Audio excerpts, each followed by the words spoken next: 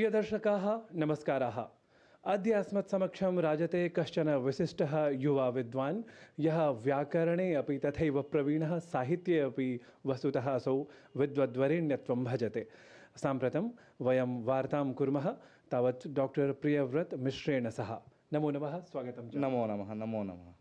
मम प्रथमः प्रश्नः, यथा मया उक्तमेव, यत् व्याकरणसाहित्ये साहित्यशास्त्रयोः वस्तुतः भवान् तत्र विशिष्टं श्रमं कृतवान्, नाम तत्र वयः अपि न्यूनमस्ति इति मन्ये अन्ये अपि प्रेरणां प्राप्नुयुः एतत् सर्वं तत्र ज्ञायम्। अहं प्रथमतः प्रष्टुकामः यत् व्याकरणसाहित्यशास्त्रयोः मध्ये यः अन्तःसम्बन्धः अस्ति तस्य वैशिष्ट्यं कथम् उपन्यस्येत् भवान् स्वानुभवपुरस्सरम्? नमो नमः। वस्तुतः व्याकरणसाहित्ययोः अविनाभावसम्बन्धो वर्तते। यतोहि विना व्याकरणं काव्यं न प्रसरति, विना काव्यं न व्याकरणस्य प्रयोजनं वर्तते। तस्मात् अनयोः तादात्म्यसम्बन्धः अस्ति। लक्षणे व्याकरणम् इति वदन् भाष्यकारः अपि लक्षणं लक्ष्यम् एतत् उभयसमुदितमेव व्याकरणं भवति। लक्षणं च सूत्रं, लक्ष्यं च प्रयोगाः भवन्ति। एवं च व्याकरणस्य प्रयोगस्थलं तावत् काव्यं भवति, साहित्यं भवति।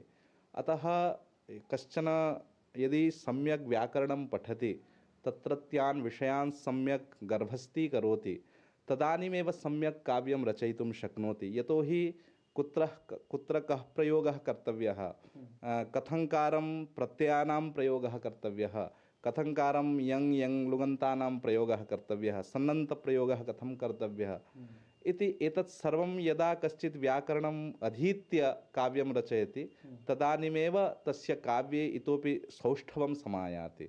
तस्मात् साहित्ये व्याकरणस्य अनिवार्यता तु नूनमेव वर्तते एव। कश्चित् साहित्यिकः व्याकरणम् अधीते चेत् एव सम्यक् काव्यं रचयितुं शक्नोति। कश्चित् वैयाकरणोऽपि तथैव, यदि शास्त्रम् अधीत्य सम्यक् काव्यं रचयति चेत् तदानीमेव उदाहरणानां सम्यक् प्रयोगं कर्तुं सः शक्नुयात्। अतः अनयोः सम्यक् तादात्म्यसम्बन्धः एव अस्ति इति वक्तुं शक्यते। भवता तु श्लोकाः अपि रचिताः स्युः मन्ये तयोः सम्बन्धं द्योतयितुं। तर्हि तत्र विशिष्टं किमपि उदाहरणभूतं श्लोकं कमपि? एवं मम तद्दिशे इदानीमपि प्रयत्नः वरीवर्ति। अग्रेपि श्रमः भविष्यत्येव। अग्रे कौमुदी कुतूहलम् इति कश्चन ग्रन्थः मया रच्यमानः अस्ति। यथा कौमुदीस्थ उदाहरणानि स्वीकृत्य इदानीन्तनपरिस्थितिं, सामाजिकीं परिस्थितिम् आश्रित्य तत्र बहवः श्लोकाः अस्माभिः रचिताः। तत्र यथा समासप्रकरणे केशा केशी, दण्डा दण्डी, मुष्टी मुष्टी इति एतादृशाः प्रयोगाः सन्ति। तेषाम् उदाहरणानां काव्यकथंकारं प्रयोगः स्यादिति कश्चन श्लोकः अस्माभिः रचितः अहङ्कारशतकम् इति कस्मिंश्चित् ग्रन्थे। एवं स्वकीये एव ग्रन्थे स आद्यं शतकम् इति वक्तुं शक्नोमि मम। इतः प्रायशः दशभ्यः वर्षात् प्रागेव शतकं रचितम् आसीत्, PhD करणवेलायामेव।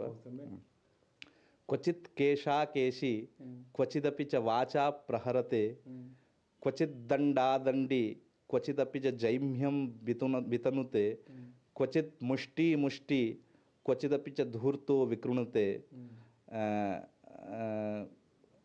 एषा सामाजिकी स्थितिः तत्र वर्ण्यते। एतादृशी स्थितिः इदानीं समाजे वर्तते। तथा जनानाम् अहमहमिकायां विहरते इति। सर्वेपि जनाः इदानीम् अहमहमिकायां विहरन्ति। अतः एतादृशी स्थितिः अस्ति। अतः साक्षात् कौमुद्यादिषु यानि उदाहरणानि तत्र उपन्यस्तानि सन्ति, तत् काव्यकथंकारं प्रयोगः स्यादिति अयं कश्चन इदं किञ्चित् उपलक्षणमात्रमेव। अस्तु, तत्र विशिष्टाः शब्दप्रयोगाः, नाम कथं केवलं सिद्धिः एव शिक्ष्यते अस्माभिः ये वैयाकरण भवितुं तत्र इच्छन्ति। अस्तु, अहं तावत् ज्ञातुकामः यत् प्रियतद्धिताः दाक्षिणात्याः इति तत्र भणितिः अस्ति, प्रसिद्धिः अस्ति। वस्तुतः भवान् तु तत्र दक्षिणप्रदेशे अपि तत्र भारते तत्र अधीतवान् पूर्वं कथमिव साम्प्रतम् इदानीं BHU इत्यत्र आगतवान् इदानीम् अत्र पाठयति तर्हि ईदृशम् अनुभवविशेषं संयोज्य यत् वस्तुतः संस्कृते क्षेत्रीयत्वं किमपि कथमपि नास्ति तथापि प्रियतद्धिता दाक्षिणात्याः इत्यादीनां कथं वचनप्रसिद्धिः एवमेव वस्तुतः संस्कृतं तु सार्वजनीना इयं भाषा अस्ति सार्वत्रिकी इयं भाषा वर्तते एव तथापि तत्तत् प्रदेशेषु तत्तत् प्रत्ययान्तानां प्रयोगाणां तथा सौविध्यं दृश्यते तथा भाष्ये तावत् पस्पशान्निके तावत् लौकिकेषु वैदिकेषु इति यदा वार्तिककृता उक्तं तदा लोके वेदे च इति वक्तव्ये पुनः लौकिकेषु वैदिकेषु इति किमर्थं तद्धितान्तम् उपयुज्यते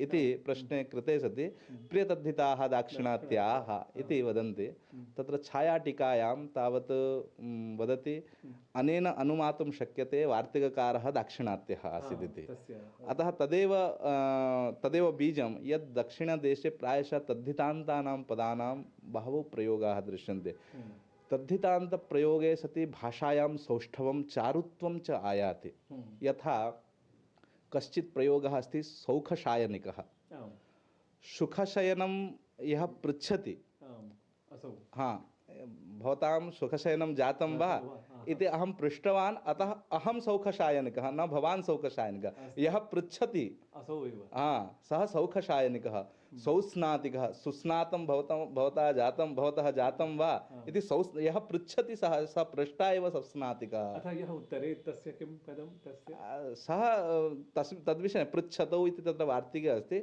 यः पृष्टा तदर्थम् एतादृश एवं च कथनस्य अयम् अभिप्रायः यत् तद्धिते तथा वैशिष्ट्यम् अस्ति यद् भाषायाः यत् चारुत्वम् अस्ति भाषायाः यद् इतरासु भाषासु मन्ये एतादृशप्रयोगाः न दृश्येरन् परन्तु संस्कृतभाषायां तथा विशेषतः तद्धिते तावत् अतः तद्धितमूढाः वैयाकरणा इत्यपि भणितिः दृश्यते यतोहि तद्धित अरण्यसदृशं भवति तत्र अण् ठग् इत्यादीनां प्रत्ययानां बहुषु अर्थेषु ते प्रत्ययाः प्रयुज्यन्ते अतः कुत्र कस्मिन् अर्थे अयं प्रत्ययः प्रयुक्तः इति कश्चित् सम्यक् यः व्याकरणम् अधीतवान् सः एव वक्तुं शक्नुयात् अतएव राष्ट्रीय एवमेव राष्ट्रीय इत्यत्र संस्कृतज्ञः तावत् ह्रस्व इकारान्वितं पदं प्रयुञ्जते तत्र हिन्द्यां तावत् राष्ट्रीय इति दीर्घ तत्र कः विशेषः नाम तत्र घ प्रत्ययः भवति इत्यादि राष्ट्रपारावारात् घखौ इति सूत्रम् उपन्यस्य तत्र वैशिष्ट्यं प्रतिपादयन्ति वैयाकरणं यद्यपि शब्दद्वयमेव साधयितुं शक्यं छ इति अधिकारेपि अस्ति इति कृत्वा छ प्रत्ययान्तमपि कर्तुं शक्नुमः परन्तु यतोहि राष्ट्रशब्दः तत्र उपन्यस्तसूत्र अतः तत्र तथा नैर्भर्यं वैयाकरणां नैर्भर्यम् इकारयुक्तं पदं स्यादिति